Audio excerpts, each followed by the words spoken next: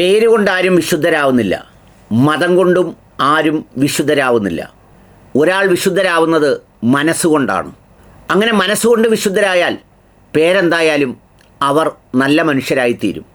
ഒരു തള്ളുവണ്ടി കൊണ്ടു നടക്കുന്നത് പോലെ ഒരു ശരീരമാകുന്ന ഈ തള്ളുവണ്ടിയിൽ ആരോപിക്കപ്പെടുന്ന ഒരു പേര് എങ്ങനെയാണ് അതിൻ്റെ ഉള്ളിൽ സ്ഥിതി ചെയ്യുന്ന മനോഭാവങ്ങളുടെ, പ്രവർത്തികളുടെ ഒക്കെ ഉത്തരവാദിയായി ആ പേര് മാറുന്നത്, അല്ലെങ്കിൽ ആ പേര് കൊണ്ട് നടക്കുന്ന മതം മാറുന്നത്? അങ്ങനെ ആവില്ല. ഈ ലോകത്ത് എല്ലാ മതങ്ങളിലും നല്ല മനുഷ്യരുണ്ട്, എല്ലാ മതങ്ങളിലും മോശം മനുഷ്യരുമുണ്ട്. മതമില്ലാത്തവരിൽ നല്ല മനുഷ്യരുണ്ട്, മതമില്ലാത്തവരിലും ഏറ്റവും മോശം മനുഷ്യരുണ്ട്. ഇതിനൊക്കെ ചരിത്രം സാക്ഷിയാണ്.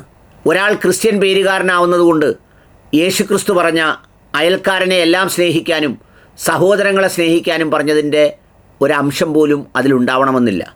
എല്ലാം ഹിന്ദുമതത്തിൻ്റെ പേരുകാരാണ് എന്ന് പറയുന്നതുകൊണ്ട് സഹിഷ്ണുതയും ഉൾക്കൊള്ളലും സ്വതന്ത്രമായ വിശ്വാസങ്ങളുടെ വിശ്വാസധാരകളെ ഉൾക്കൊള്ളുന്നൊരു സമീപനവും എല്ലാവർക്കും ഉണ്ടാവണമെന്നില്ല. മിത്രസ്നേഹവും കമ്പാനിയൻഷിപ്പും അല്ലെങ്കിൽ അതുമായി ബന്ധപ്പെട്ട സാമ്പത്തിക സാമൂഹിക ബന്ധങ്ങളിലെ സൂക്ഷ്മതയും അത് പങ്കുവെക്കലിൻ്റെ അനിവാര്യതയും പഠിപ്പിക്കുന്ന ഇസ്ലാം മതത്തിൻ്റെ മനോഹാരിത ആ പേരുകാരിൽ എല്ലാവരിലും ഉണ്ടാകണമെന്നില്ല. പക്ഷേ ചില മനുഷ്യർ കാലത്തിൻ്റെ അടയാളം പോലെ ചില ഉത്തരങ്ങളുമായി ചില നിമിഷങ്ങളിൽ എത്തിച്ചേരും. സിഡ്നി, ഓസ്ട്രേലിയയിൽ കഴിഞ്ഞ ദിവസം സാക്ഷിയായത് അതാണ്.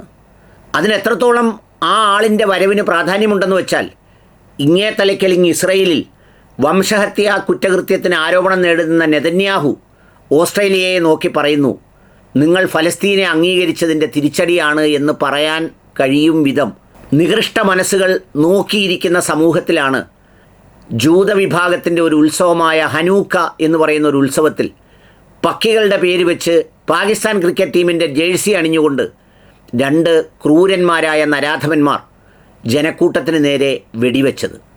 ഏതാണ്ട് 1 ഡസനിലധികം ആളുകൾക്ക് പരിക്കേൽക്കുകയും 15ഓളം മനുഷ്യർ കൊല്ലപ്പെടുകയും ചെയ്തു. അവനിങ്ങനെ തുരുതുരാ വെടിയുതിർക്കുകയാണ്. അവൻ്റെ ശരീരത്തെ ജേഴ്സി കാണാം. അവനെന്തോ പഠിക്കാൻ വന്നതാണ്. ഇതിനു മുമ്പും അവിടെ വന്നിട്ടുണ്ടത്രേ. നിമിഷങ്ങൾ കൊണ്ടാണ് കാർ പാർക്കിംഗ് ഏരിയയിൽ നിന്ന് ഒരു 46-കാരനായ അഹമ്മദ് അൽ അഹമ്മദ് എന്ന് പറയുന്ന 2 മക്കളുടെ പിതാവായ ഒരു മനുഷ്യൻ ഓടിയെത്തുന്നത്. ബാക്കി നടന്നത് ദേ ഇതിൽ സാക്ഷിയാണ്. കണ്ടോളൂ.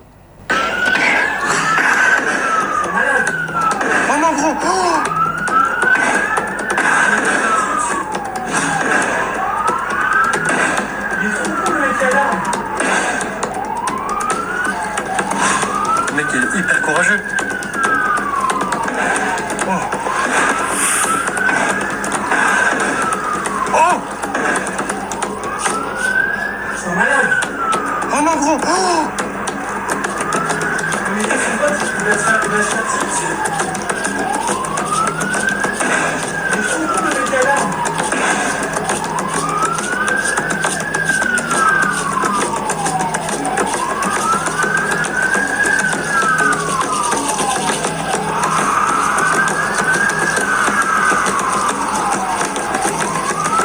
hyper courageux.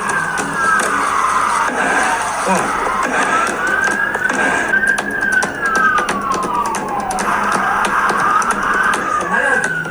Oh mon gros. Oh.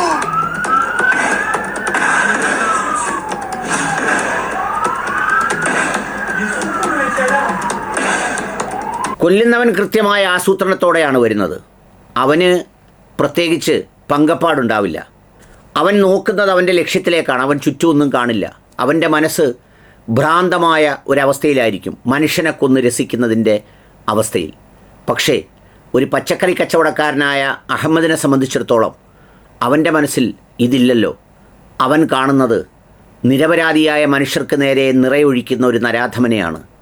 അങ്ങനെ തോക്കുകൊണ്ട് ജനങ്ങളുടെ മേൽ ബുള്ളറ്റ് മഴ പെയ്യിക്കുന്നവൻ്റെ അടുത്തേക്ക് ചെല്ലാൻ അസാമാന്യ ധീരത വേണം, അസാമാന്യ വിശ്വാസം വേണം, മരണത്തെ ഭയമില്ലാത്ത മനസ്സ് വേണം.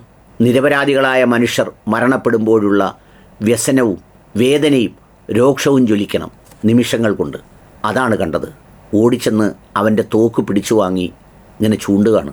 സാധാരണ സിനിമകളിലാണ് ഇതുപോലെ കാണുന്നത്. അത് പ്രീ പ്ലാൻഡ് സെറ്റിങ്സാണ്.